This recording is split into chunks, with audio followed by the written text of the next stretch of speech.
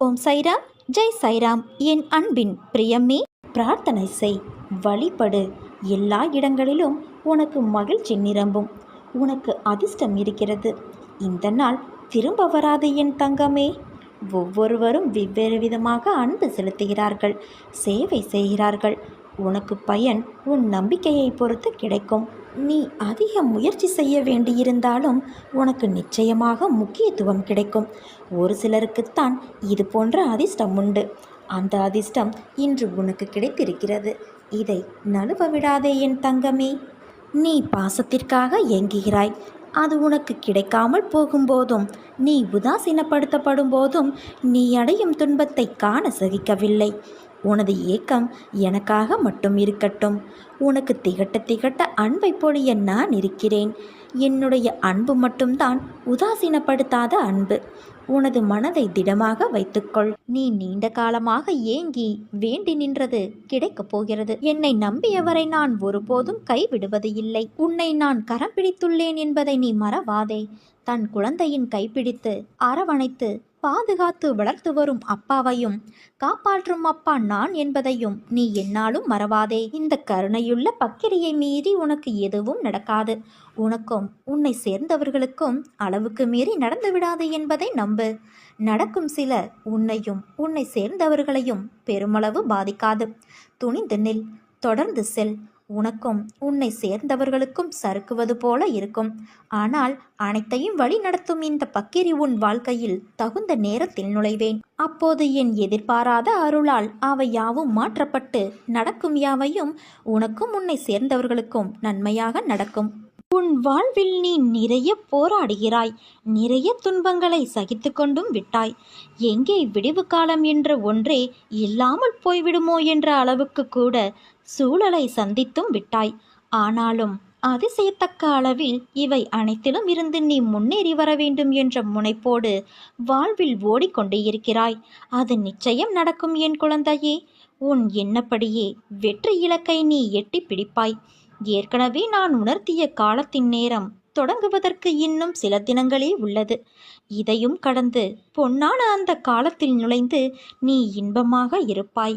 ஆனந்தத்தை வெளியே தேடுவதுதான் மனிதனுடைய துக்கத்தின் மூலவேர். வெளி உலகம் உள் உலகின் பிரதிபலிப்பு. யாருமே தனக்குள்ளே கிடைக்காததை வெளியிலிருந்தும் பெற முடியாது என்பது ஆணித்தரமான உண்மை. வெளியில் ஆனந்தத்தை தேடுகிறோம். தோன்றும் தேவைகளையும் ஆசைகளையும் பூர்த்தி செய்தால் அந்த ஆனந்தம் கிடைத்துவிடும் என்று தோன்றுகிறது. சரி என்று ஆசைகளை பூர்த்தி செய்யும் முயற்சியில் ஈடுபடுகின்றோம். அந்த முயற்சியிலேயே குறுக்கீடுகள் வந்தால் குமுறுகின்றோம், அழுகின்றோம், அங்கலாய்க்கின்றோம். ஒரு வழியாக அந்த தேவைகளையும் ஆசைகளையும் எப்படியோ பூர்த்தி செய்து நாம் அடைந்து விடுகிறோம். சரி, இனியாவது ஆனந்தமாய் இருந்து விட வேண்டியதுதானே. அப்படி எந்த மனிதனும் ஆனந்தமாய் இருந்ததாய் இதுவரை வரலாறு இல்லை. இனியும் அப்படி ஒரு வரலாறு உருவாகப் போவது இல்லை. கிடைக்கின்ற ஆனந்தம் அழுத்து போகிறது. அந்த மகிழ்ச்சிக்கு எப்போதும் அற்பாய்சுதான். மனம் அடுத்த ஆசைகளையும் தேவைகளையும் அடையாளம் காட்டுகிறது. இது கிடைத்தால்தான் ஆனந்தம் என்று சொல்கிறது.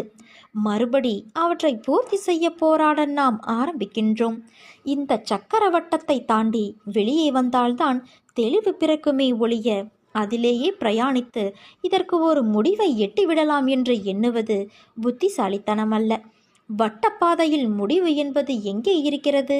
ஒரு பொழுதும் நிரம்பாத தன்மையுடைய ஆசையை ஒழித்தால் ஒழித்த அந்நிலையே எப்போதும் மாறாத இன்பத்தை தரும். உன் முற்கள் நிறைந்த வாழ்க்கை பாதையை பூக்கள் நிறைந்த பாதையாக மாற்றுவது உன் தந்தையான என்னுடைய பொறுப்பு.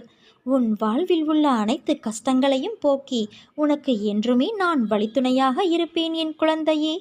மனதில் தேவையில்லாத எண்ணங்களுக்கு இடம் தராதே. உன் எண்ணங்கள் அனைத்தையும் என்னிடம் செலுத்திவிட்டு உன் கடமைகளை செய். உனக்கான செயல்கள் அனைத்திற்கும் உன் தந்தையான நானே பொறுப்பாவேன். நான் எப்போதும் உன்னுடனேயே வருவேன்.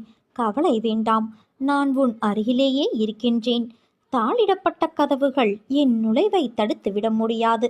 நானே அங்கு உன் குடும்பத்தையும் உன்னையும் காத்து கொண்டு அமர்ந்துள்ளேன். நீ எங்கு இருந்தாலும் என்னை நினை. நான் உன் பக்கத்தில் இருப்பேன். மெல்ல மெல்ல உன் கஷ்டங்களிலிருந்து நீ விடுதலை பெறப்போகிறாய். நீ வாழவே கூடாது என நினைத்தவர்கள் முன்பு நன்றாக வாழப்போகிறாய் குழந்தையே. உன் அப்பாவின் பார்வை எப்போதும் உன்மேல் இருக்கும். நீ செய்யும் எல்லா செயலிலும் நான் உன் பாதுகாவலனாய் இருக்கிறேன் என்பதை நினைவில் வைத்துக்கொள். இனி நடப்பது எல்லாம் நன்மையாக இருக்கும். நீ சந்தோஷமாக இரு. ஏன் எல்லோரிடமும் அழுது புலம்புகிறாய்? உண்மையில் உனக்கு இது சோதனை காலம்தான். ஆனால் அதற்காக நீ ஏன் உன் வாழ்க்கையை முடிந்துவிட்டது போல இருக்கிறாய்? எதுவும் இங்கு நிரந்தரமில்லை. வாழ்க்கையில் வெற்றி பெறவே மாட்டாய் என்று நீ முடிவு செய்யாதே. எல்லோருடைய வாழ்விலும் சோதனைகள் வரும். இது உனக்கு மட்டும்தான் இப்படி நடக்கிறது என்று நினைக்காதே குழந்தையே. ஒவ்வொருவருடைய பிரச்சனைகள் வெவ்வேறாக இருக்கும்.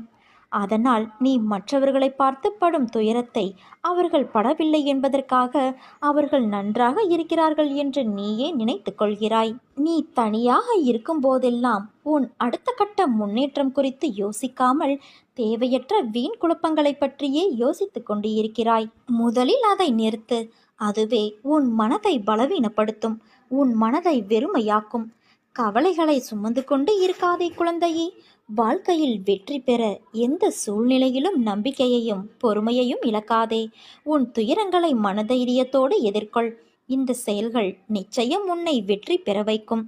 மற்றவர்கள் உன்னை எத்தனை வழிகளில் வசைப்பாடினாலும் கவலை கொள்ளாமல் உன் கடமைகளில் மட்டும் நீ கவனம் செலுத்தி செயல்படு. உன் மனதை ரணப்படுத்திய பல தோல்விகளும் அவமானங்களும் நீ நாளை பெறப்போகும் வெற்றியின் உரங்களாகும். என் குழந்தையின் நல்வாழ்வே எனக்கு மகிழ்ச்சியை தரும். நீ நிச்சயம் தடைகளை தகர்த்து வெற்றியடைவாய் குழந்தையே. உன் தந்தையான நான் உன்னை வெற்றியடைய வைப்பேன். உன் முயற்சி வீண் போகாது. நீ நிச்சயம் வெற்றியடைவாய். கெட்ட செயல்கள் செய்பவன் இப்போது நல்ல முறையில் சுகமாக வாழ்கிறான் என்றால் அவன் முந்தைய பிறவியில் செய்த நல்ல கர்மாவின் பயன்களை அனுபவிக்கும் நேரம் அதுவாக இருக்கும். நல்லவர்கள் சில நேரம் கடுமையான கஷ்டங்களை அனுபவிக்கிறார்கள் என்றால் அவர்களது முற்பிறவியில் செய்த தீய கர்மாக்கள் ஆகும். ஆனால் நன்மை தீமை செயலுக்கு ஏற்ப விளைவுகள் கட்டாயம் அனைவருக்கும் உண்டு. பிரபஞ்சத்தின் சட்டமும் அதுதான். காரணமில்லாமல் காரியமில்லை. மனதால் கூட பிறருக்கு நாம் எப்போதும் தீங்கு நினைக்கக்கூடாது குழந்தையே. எந்த சூழ்நிலையிலும் ஒருபோதும் சிந்திக்காமல் முடிவெடுக்காதே. பிறகு வருந்தி பயன் கிடையாது. நிதானமாக என்மேல் நம்பிக்கை வைத்து செயல்படு. அனைத்தையும் நான் உனக்கு சாதகமாக மாற்றியமைப்பேன். நீ கண் கலங்கும் போதெல்லாம் உனக்கு கை கொடுத்து ஆறுதல் படுத்த உன் தந்தையான நான் இருக்கும்போது எந்த துன்பம் உன்னை நெருங்கினாலும் புன்னகையோடு எதிர்கொள். மிக முக்கிய திருப்பத்தோடு ஒரு நல்ல விஷயம் உனக்கு நடக்கப் போகிறது. உன்னை கஷ்டப்படுத்துகிற விஷயம் உனக்கு இன்பத்தை கொடுக்கப் போகிறது. உனக்கு பெரும் மகிழ்ச்சி காத்துள்ளது என் குழந்தையே. ஆரம்பம் என்று ஒன்று இருந்தால் முடிவு என்ற ஒன்று உண்டு. நீ ஏன் இதுதான் உன் முடிவு என்று நினைக்கிறாய்? வருடக்கணக்காக நீ கோணி குறுகி புழுங்கி தவித்து அனுபவித்து வரும் மனவேதனைகள், துயரங்கள், துக்கங்கள், மனவலிகள், அவமானங்கள், வருடக்கணக்காக தினமும் நேர காலம் அறியாமல் என்னிடம் சாஷ்டாங்கமாக விழுந்து பல மணி நேரம் கதறி அழுது வேண்டியது எல்லாம் எப்படி வீணாக போய்விடும்? ஒவ்வொரு வினைக்கும் ஓர் எதிர்வினை ஒன்று உண்டு என்பது உனக்கு தெரியாதா என்ன? அதுவும் பல வருடங்களாக நான் அல்லவா உன்னை என் முன்னிலையில் அதையெல்லாம் செய்ய வைத்தேன். உன்னையும் ஒரு பக்கம் காப்பாற்றிக் கொண்டு நாம் எந்த ஜென்மத்திலோ செய்த பாவங்கள் தீர நாம் செய்யும் பரிகாரங்களை விடவும் வருடக்கணக்காக கண்ணீர் விட்டு கதறி அழுது வேண்டும்போது அதில் எல்லா பாவங்களும் முழுவதுமாக கரைந்துவிடும். இதை நான் அல்லவா உனக்கு அனுமதித்தேன். இதற்கிடையில் என்ன தடைகள், தடங்கல்கள், தடுமாற்றங்கள், பரிதவிப்புகள் உனக்கு வந்திருந்தாலும் அவையெல்லாம் என் பாதுகாப்போடு தான் உனக்கு நடந்தன. பிறகு என்ன உனக்கு கலக்கம்? உனக்கு நான் சமீபத்தில் கனவிலும் நினைவிலும் என் ரூபமாகவும் மனிதர்கள் மூலமாகவும் பிற உயிரினங்கள் மூலமாகவும் உனக்கு பிடித்த இறை ரூபத்திலும் தரிசனம் தந்து ஆசி வழங்கியது எல்லாம் எப்படி உனக்கு நடக்காமல் போய்விடும்? உன் கர்ம வினைகள் இனி தீர்ந்து விட்டது. நீ வெகு விரைவில் மகிழ்ச்சி பாதையில் செல்ல இருக்கிறாய் குழந்தையே. உனக்கு நடக்கும் நன்மை எல்லாம் இனி தானாகவே உன் முயற்சி எதுவுமின்றி திடீரென்று என்னுடைய நேரடி வருகையால் கண்காணிப்பால் திடீரென்று நடக்கும். அப்போது உன்னுடைய துயரங்கள், துக்கங்கள், கவலைகள், கலக்கங்கள் அனைத்தும் சூரியனை கண்ட பனி போல தானாக விலகிவிடும். மகிழ்ச்சி, மன அமைதி உன் வாழ்வில் நிரந்தரமாக குடிக்கொள்ளும். அதை பெற்றுக்கொண்டு என்னை பார்க்க விரைந்து வா.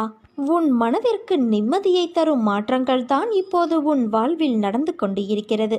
விரைவில் உன் மனம் எதிர்பார்த்த அந்த நிம்மதியான வாழ்வை நீ வாழப்போகிறாய் குழந்தையே. உன் இல்லத்தில் உள்ள பிரச்சனைகள் எல்லாம் முடிவுக்கு வரும். உன் உள்ளத்தில் அடுத்து என்ன செய்ய வேண்டும் என்ற தெளிவான சிந்தனை பிறக்கும். உனக்கு நல்லதே நடக்கப் போகிறது. நீ கொஞ்சம் தெளிந்த மனதோடு இரு. ஏன் குழம்புகிறாய்? ஏன் தடுமாறுகிறாய்? எதிர்காலத்தை பற்றிய பயம், நிலைமை என்ன ஆகுமோ என்ற கவலை. நான் இருக்கும்போது நீ எதற்காக கவலைப்படுகிறாய்? அனைத்தையும் நான் சீர்திருத்துவேன். நான் உன் இல்லத்திற்கு வந்து குடி புகுந்து கம்பீரமாக அமர்ந்திருக்கின்றேன். விடியலுக்காக காத்திருக்கும் உன் வாழ்வில் சூரியனாய் வந்து நான் ஒளி ஏற்றுவேன். நல்லதோ கெட்டதோ அனைத்தையும் என்னிடம் விட்டுவிடு. எதுவுமே இங்கு நிரந்தரம் இல்லை குழந்தையே. எனக்கெல்லாம் நல்லது நடக்குமா என்று சந்தேகத்தை விடு. நம்பிக்கையாக இரு. உன் தந்தை நான் நிச்சயம் உனக்கு ஒரு அற்புதத்தை நடத்தி காட்டுவேன். நம்பிக்கையோடு இரு என் குழந்தையே.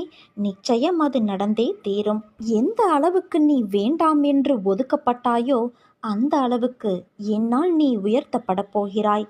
நான் ஒருவனை உயர்த்த விரும்பினால் அதை யாராலும் தடுக்க முடியாது. இதை என்றும் நீ நினைவில் வைத்துக்கொள். நீ எதையோ யோசித்தபடியே இருக்கிறாய். வாழ்க்கையில் வருவதை அனுபவித்து வாழ வேண்டுமே தவிர தேவையற்ற குழப்பங்களை மனதில் சுமந்து கொண்டு தேவையில்லாமல் யோசித்து கொண்டு இருப்பதை தவிர்த்து கிடைத்திருக்கும் இந்த வாழ்க்கையை எப்படி போராடி ஜெயிப்பது, இதை பற்றி யோசித்து வாழ்க்கையில் வரும் மேடு பள்ளத்தை கடந்து எப்படி மீண்டு வருவது, வாழ்க்கையில் வரும் இன்னல்களை எப்படி எதிர்த்து வாழ்வது, இப்படிதான் யோசிக்க வேண்டும். நான் சொல்வது அருள் வாக்கல்ல, தெய்வ வாக்கு. விதிக்கப்பட்ட விதி யாராக இருந்தாலும் அனுபவித்தே ஆக வேண்டும். நான் அனைத்திலும் இருந்து உன்னை பாதுகாத்து வழி நடத்தி செல்வேன். என் அற்புதங்கள் நடந்து கொண்டேதான் இருக்கிறது. அதை நீயும் பார்த்து கொண்டேதான் இருக்கின்றாய். உன் துயரங்கள் அகலப்போகிறது. மகிழ்ச்சியாக இரு. எதற்காகவும் எந்த சூழ்நிலையிலும் மனம் தளர்ந்து விடாதே. வஞ்சகம் செய்யாதவர் யாராவது ஒருவரை காட்டு பார்க்கலாம். தவறு வஞ்சகம் செய்யாதவர் எவரும் இல்லை. மனதை அலைப்பாய விடாமல் எதை செய்தாலும் என்னிடத்தில் தெரிவித்து பிறகு அதை செய்ய முற்படு. நான் அதை நடத்தி காட்டுவேன். அனைத்தும் விலகப் போகிறது குழந்தையே. பொறுமையாக இரு. உன்னை வீழ்த்தி பார்க்க நினைப்பவர் மத்தியில் உன்னை பாதுகாத்து நிச்சயம் அனைத்திலும் வெற்றி பெற வைப்பேன். உனக்கு நிழலாக நான் இருக்கிறேன். நீ செல்லும் இடமெல்லாம் உனக்கு துணையாக நான் இருப்பேன். பல பேர் அவரவர் பிரச்சனைகளுக்கு விடிவு தேடி ஒரு நிரந்தர தீர்வு தேடி என்னை காண்பதற்கு காத்திருக்கும் நேரத்தில் நான் உனக்கு அனுமதி அளித்தேன். ஏன் தெரியுமா? பல மைல்களுக்கு அப்பாலிருந்து உன்னை நான் அழைத்து வந்திருக்கின்றேன்.